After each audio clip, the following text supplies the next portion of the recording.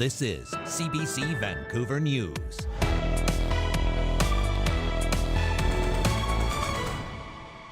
The priority concern should be the mental health and welfare and well-being of residents. Hundreds of Kootenay residents are celebrating a temporary reprieve from escalating job action that would have seen significant cuts to vital ferry services for 3 remote communities. Also, as you can see, there's lots of Korean businesses in this specific area. days later, businesses at a Coquitlam strip mall are still looking for answers after a fire destroyed part of the plaza, which business advocates say is an important hub for the area's Korean community. And people don't want to be told what to do, but they do want good information and they do want to be informed. how much is too much alcohol? An online tool created by BC researchers is giving people a look at the serious health risks associated with drinking. Good evening. Thanks for joining us. I'm Janella Hamilton. Residents in 3 remote BC Kootenay communities are breathing a sigh of relief following an 11th hour ruling by the Labour Board Sunday, avoiding a significant reduction in cable ferry services many people rely on. Shoria Chethri reports.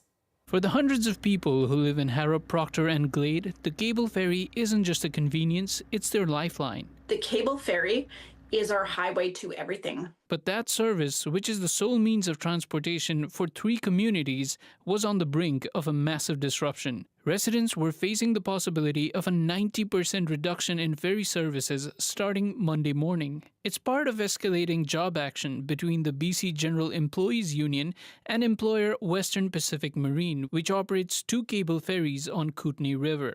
We don't have any amenities here. There's no doctors. There's no grocery stores. There is nothing. For Reed, the prospect of reduced sailings meant her husband would have had no choice but to paddle across the frigid Kootenay River just to get to work. We have it parked down by the beach, ready to go. But on Sunday, that all changed after the BC Labour Relations Board ruled in favour of the employer's request to stay the proceedings in the ongoing labour dispute, which means ferry operations will continue as normal for now. Longtime Glade resident Lee Vincent credits the community's collective efforts for the temporary reprieve. The community has come together to do whatever we can to influence and have our voices heard, to make sure that people understand that it's the original Labour Relations Board ruling is unacceptable. Union President Paul Finch said he sympathizes with the residents, but blamed the employer for the ongoing dispute that started more than 2 months ago. Workers want higher wages and better benefits. We're going to continue this strike to the fullest extent that we possibly can until our members get the fair deal. Local leaders are now calling for legislative changes to ensure communities like theirs aren't left in the lurch during future job action. The priority concern should be the mental health and welfare and well-being of residents. David Off wants more meaningful community consultation moving forward. The province says it will not be intervening. Western Pacific Marine says a date for the new hearing will be set next week. Shoria Chhetri, CBC News, Vancouver. The driver of a stolen vehicle with Washington state license plates failed to stop at the Pacific Highway border crossing this morning in Surrey, leading to a police chase that ended with a man being arrested and vehicles damaged. Police say they were notified by the border breach by the Canada Border Services Agency around 8:45 this morning. The CBSA says a white pickup truck drove through the border without stopping for inspection. The truck, which police say was stolen from Blaine, Washington, was spotted a short time later on King George Boulevard in Surrey, driving erratically and veering into oncoming traffic. The driver, a 33-year-old man with no legal status in Canada, was quickly arrested. Ian McDonald with the Surrey Police Service says vehicle breaches at the border are rare. Usually it's done by foot. They will normally draw the attention of U.S. Border Patrol, CBSA, and law enforcement on both sides of the border when they attempt to cross. But certainly more familiar with people crossing by foot then attempting to breach the border with vehicles. He says the man who was alone in the vehicle damaged a number of vehicles, but no one was injured. Police plan to transfer the suspect into the custody of CBSA officers for further investigation in collaboration with U.S. law enforcement. Staying in Surrey, a man's body was found inside an abandoned house that caught fire today near King George SkyTrain station. Police say they were called to the 9800 block of 138th Street around 4 o'clock this afternoon. It is not known how the man died, but police say his death is being treated as suspicious for now. Anyone with information is being asked to call Surrey Police. A handful of residents had to leave their homes this morning after a fire broke out at the Woodwards building in Vancouver's Gastown neighborhood. Upon arrival, our crews noticed heavy black smoke coming from one of the upper floors, and it quickly made it a working fire. Our crews were able to get to the fire floor as quickly as possible and get water on the fire, which was on the 28th floor. Stewart says no one was inside the affected suite and no injuries have been reported. He says the fire was contained to that one unit, but there was water and smoke damage to neighboring suites. There is no word yet on the number of people displaced by the fire. 1 week after a fire and possible explosion destroyed part of a strip mall in Coquitlam, affected business owners are still facing an uncertain future with no word yet on when they'll be able to start rebuilding. And as Michelle Gomez reports, it's a great loss for the area's Korean community. An early morning fire and apparent explosion devastated this strip mall last week. It's part of Hannan Village, located on the border of Coquitlam and Burnaby. The area is also known as Koreatown. This is a very unique area, so it's a vibrant, it's culture, especially as you can see, there's lots of Korean businesses in this specific area. The businesses that were here include restaurants, a hair salon, a real estate office, and a karaoke joint. Establishments that locals say were important to the community. Lee calls the place a community hub where people came to meet, and he says many of the businesses are small mom and pop shops. But it's just one day, everything collapsed. So yeah, it's very unfortunate. It's devastating for sure. A sentiment shared by other locals. Well, I was really surprised because I actually eat there a lot. Like Kimbap Chunggu was like one of my favorite restaurants. So like to find out that it was part of like the incident, I was like pretty sad. I hope, that gets better, but I'm not sure how long will it take, so I feel bad about that. Yeah, it's quite sad. Yeah, because one of the restaurant over there, my mom really want to try, but it gone, so we can't try it. Coquitlam Fire was unable to provide any updates on Sunday. Several of the business owners say they haven't heard back either. MJ Kim runs a travel agency in the square. He said he still doesn't know what happened or when he will be able to return. There is no update for us, so we cannot access our unit. We can't do anything about the unit, and we don't know what's going on in the building and what's available and what's not available. Lee hopes locals welcome the businesses back with open arms when they do return. When they recover, I would want to ask all the residents or who have come to this business area, they would come back and support them as a business. Coquitlam RCMP say they are continuing to investigate the incident and are asking any witnesses or people with information about the cause of the fire to contact police. Michelle Gomez, CBC News, Burquitlam. Marine researchers witnessed something off BC's coast they didn't want to see this week, a dead orca whale calf. It highlighted the pressures on the orca community it belonged to. The CBC's Yvette Brand has the story. The limp body of a dead calf pushed to the surface again and again by its mother. Just this immense sadness that how could this have happened again? This scientist says it's the second female calf this orca has lost. To see it happen again, that was a gut punch. It was just like, we need this calf more than anything else. 6 years ago, this same female, known as J35 or Taliqua, relentlessly pushed her dead calf to the surface for 17 days. It caught people's attention. We can relate to killer whales on so many levels. And I think in some respects, we can almost see ourselves in them. And as a result, we can feel the grief of what it is to lose a newborn. Her pod of about 30 whales lives on salmon, hunting near the San Juan Islands. Unlike transient orcas that sometimes share territory, they do not eat seals or porpoise. The pregnancies that fail are in nutritionally stressed female. The southern resident orcas number only 72. They struggle to find enough Chinook salmon and are hurt by contaminants and boat noise. Of the calves we ever observe, only about 80% of them make it through their first year. Inbreeding in the small 30-member pod is further weakening calf health, according to researchers who say pods ideally should number in the hundreds. We are, extremely disappointed and devastated that, she's lost another calf. But one bit of good news came, a New Year's surprise for observers, a new calf that is thriving. All signs are good so far. The calf seems energetic, is keeping up with everyone, is swimming strongly. It was, again, a surprise. And so to have this news come forward on the same day was really astounding. And especially if it's a female, a strong glimmer of hope for a pod on the edge of disappearing. Yvette Brand, CBC News, Vancouver. A new online tool created at the University of Victoria is helping people understand the impact of their drinking habits just in time for dry January. As Saurabh Sandhu reports, researchers warn alcohol consumption is one of the leading causes of cancer. The health risk sparking renewed calls by BC health experts who want to see warning labels on all alcoholic beverages.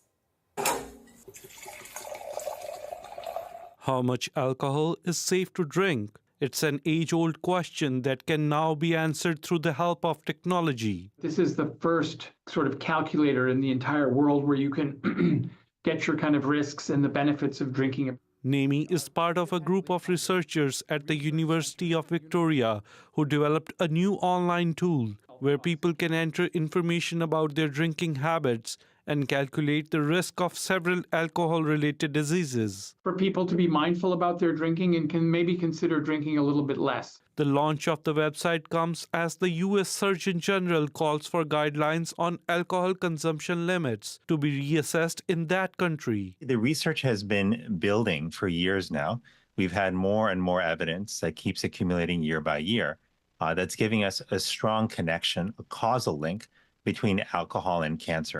He believes alcohol should have a clear label warning consumers about health risks. Researchers in BC say it's a move Canada should consider as well. The idea that you can have more information on a can of peas than a bottle of whiskey is frankly pretty ridiculous. In 2017, Yukon had a pilot project that put cancer warning labels on bottles of alcohol. But just weeks into the project, the Yukon government pulled the labels after pushback from the Canadian alcohol industry. Years later, the idea is still receiving mixed reaction. I don't think the warning label is a deterrent. I think putting at least a warning label might be a good idea. Alcohol kills more people than smoking in America every year. I think it's hypocritical not to do it for one to the other. I'd just be interested to see any studies before and see does it even work.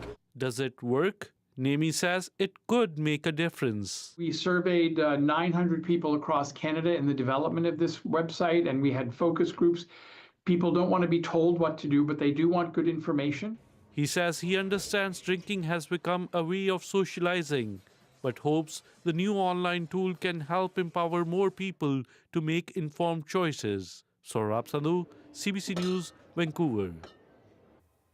Despite Vancouver seeing its wettest year in more than 2 decades, Environment Canada says it's not enough rain to bring relief to areas of BC where drought remains.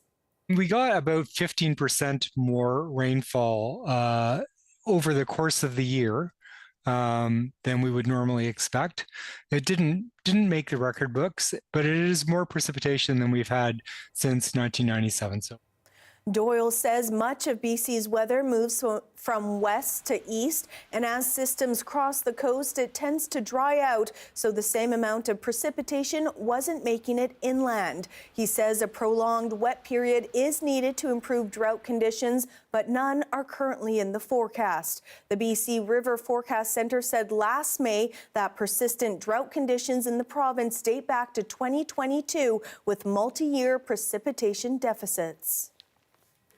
With the holiday season at an end, tree chipping events are taking place across the province to help dispose of old Christmas trees. The disposals are in support of different causes ranging from the BC SPCA to Easter seals, with donations going back into the community. As Claire Palmer reports today, Nanaimo Search and Rescue were chopping up trees to help kids get outdoors. It's a sight that would make the Grinch smirk. Christmas trees straight from the car right into the chipper. But this time it's for a good cause, getting kids outside. For students who are wanting opportunities to go in the outdoors, we're able to provide them with equipment they might not have been able to get themselves. The fundraiser is organized by Nanaimo Search and Rescue, with proceeds going towards the John Barsby Secondary School Outdoor Education Program, which is offered to grade 10 through 12 students in the city and provides them with basic outdoor skills and safety awareness, with regular hikes and field trips into the backcountry, such as backpacking trips to Mount Albert Edward. It's the 9th year for the fundraiser, and the 2nd it's supported the outdoor education program. I think it's extremely important because they might not otherwise get that information, and really we want youth to feel comfortable going out into the outdoors, because I think it's good for their confidence and skill building. Chipping is an environmentally friendly way to dispose of Christmas trees, and it gets them out of the home before they can become a hazard. This event is one of almost a half dozen across the Nanaimo area this weekend, each supporting a different cause. Henderson says they expect to shred 500 or even 600 trees, but they're happy to do it for the cause. It's a cause that's important to us because I think we really believe in people getting out and having the opportunity to go outdoors and explore, and also learn about being safe and having the right equipment. Valhalla Pier is also partnered with Nanaimo Search and Rescue to help provide the equipment needed for these students. Claire Palmer, CBC News, Nanaimo. Still ahead, another MP has come forward calling on Justin Trudeau to resign. This comes ahead of what could be a historic week on Parliament Hill. That's next. Stay with us.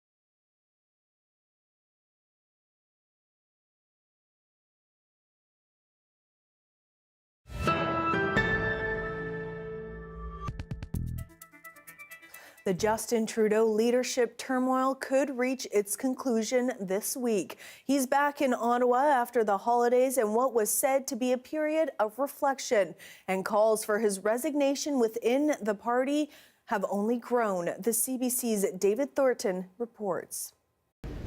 Just 3 weeks after an emergency meeting with Liberal MPs, Justin Trudeau is about to face his party yet again. Since Finance Minister and key ally Chrystia Freeland resigned, waves of Liberal MPs have called for Trudeau's resignation. The latest from London, Ontario. The continued leadership of Prime Minister Trudeau is just not tenable in light, in particular, of what's happened with Ms. Freeland. I've taken the decision to call for him outright to resign today. Over the holidays, Quebec, Ontario, and Atlantic caucuses signaled they want Trudeau to go. The group represents the majority of Liberal MPs, leaving the Prime Minister with very little support within his own party. Even with that pressure and days before a crucial meeting, Trudeau's future is still unclear. The Prime Minister returned to work on Friday but remained silent and avoided the media, something he has done since Freeland's resignation. Well, actually, I think he's done. With all those MPs that are asking for his departure, I think this is not realistic to think that he could be in charge for the next election. That election is due later this year, but the opposition wants it much sooner, and they're already campaigning. Do I pay my rent or do I buy groceries? So I just want to know what you plan on doing with that. Well, let's start with food. The Conservatives and New Democrats releasing these videos. We can win. If we fight, we can win. The House of Commons isn't scheduled to return until the end of January, but the opposition parties aren't waiting, with the Conservatives planning to start the process to bring down the government on Tuesday. It's unclear whether the Conservative tactic will work. Also unclear whether Trudeau will step aside. Despite pressure from within his own party, he can't be forced out, leaving the decision in his hands. David Thornton, CBC News, Ottawa. To international news, the crisis surrounding South Korea's impeached president deepened today, with the head of his security detail again refusing cooperation with an arrest warrant. Opponents and supporters of the president continue staging rival demonstrations. The warrant stems from the president's short-lived martial law declaration that got him impeached. The security chief says until legal uncertainty is resolved, he cannot cooperate. His lawyers argue the investigators involved have no authority to pursue an insurrection case. Here we have a live shot looking down Georgia Street tonight. I'll have your full forecast coming up next.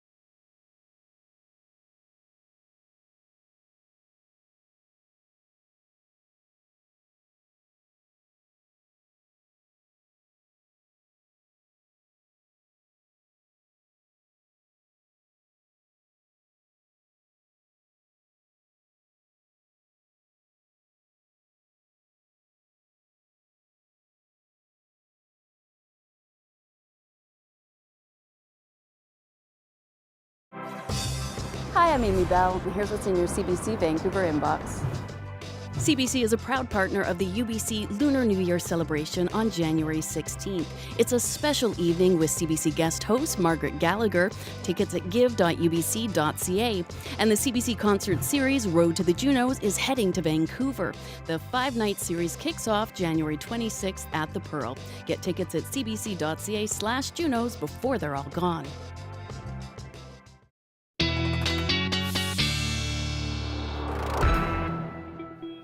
All right, it is time now to take a look at our forecast for the week ahead. Let's begin with a quick look at the current temperatures. And we can see a pretty clear night for most areas of the province tonight. And after many days of rain heading into tomorrow, that's right, sun, and more sun is in store for most of the province. -4 still in Fort St. John for tomorrow. A mix of sun and clouds in Prince George with a -6. 1 in Kelowna and -2 in Kamloops. And on the island, sun and clouds with a high of 8 for Victoria and an expected temperature of 9 for Tofino. In Metro Vancouver, that sun is also going to be here for us. 7 is our high for Monday, same temperature on Tuesday, and it's going to be relatively the same on Wednesday, but a bit more overcast. That is your late news for Sunday, January 5th. Thanks so much for joining us tonight. For news anytime, visit our website at cbc.ca/BC. Your next local news is on the early edition on CBC Radio 1. That starts tomorrow morning at 5:30. Hope you have a great week.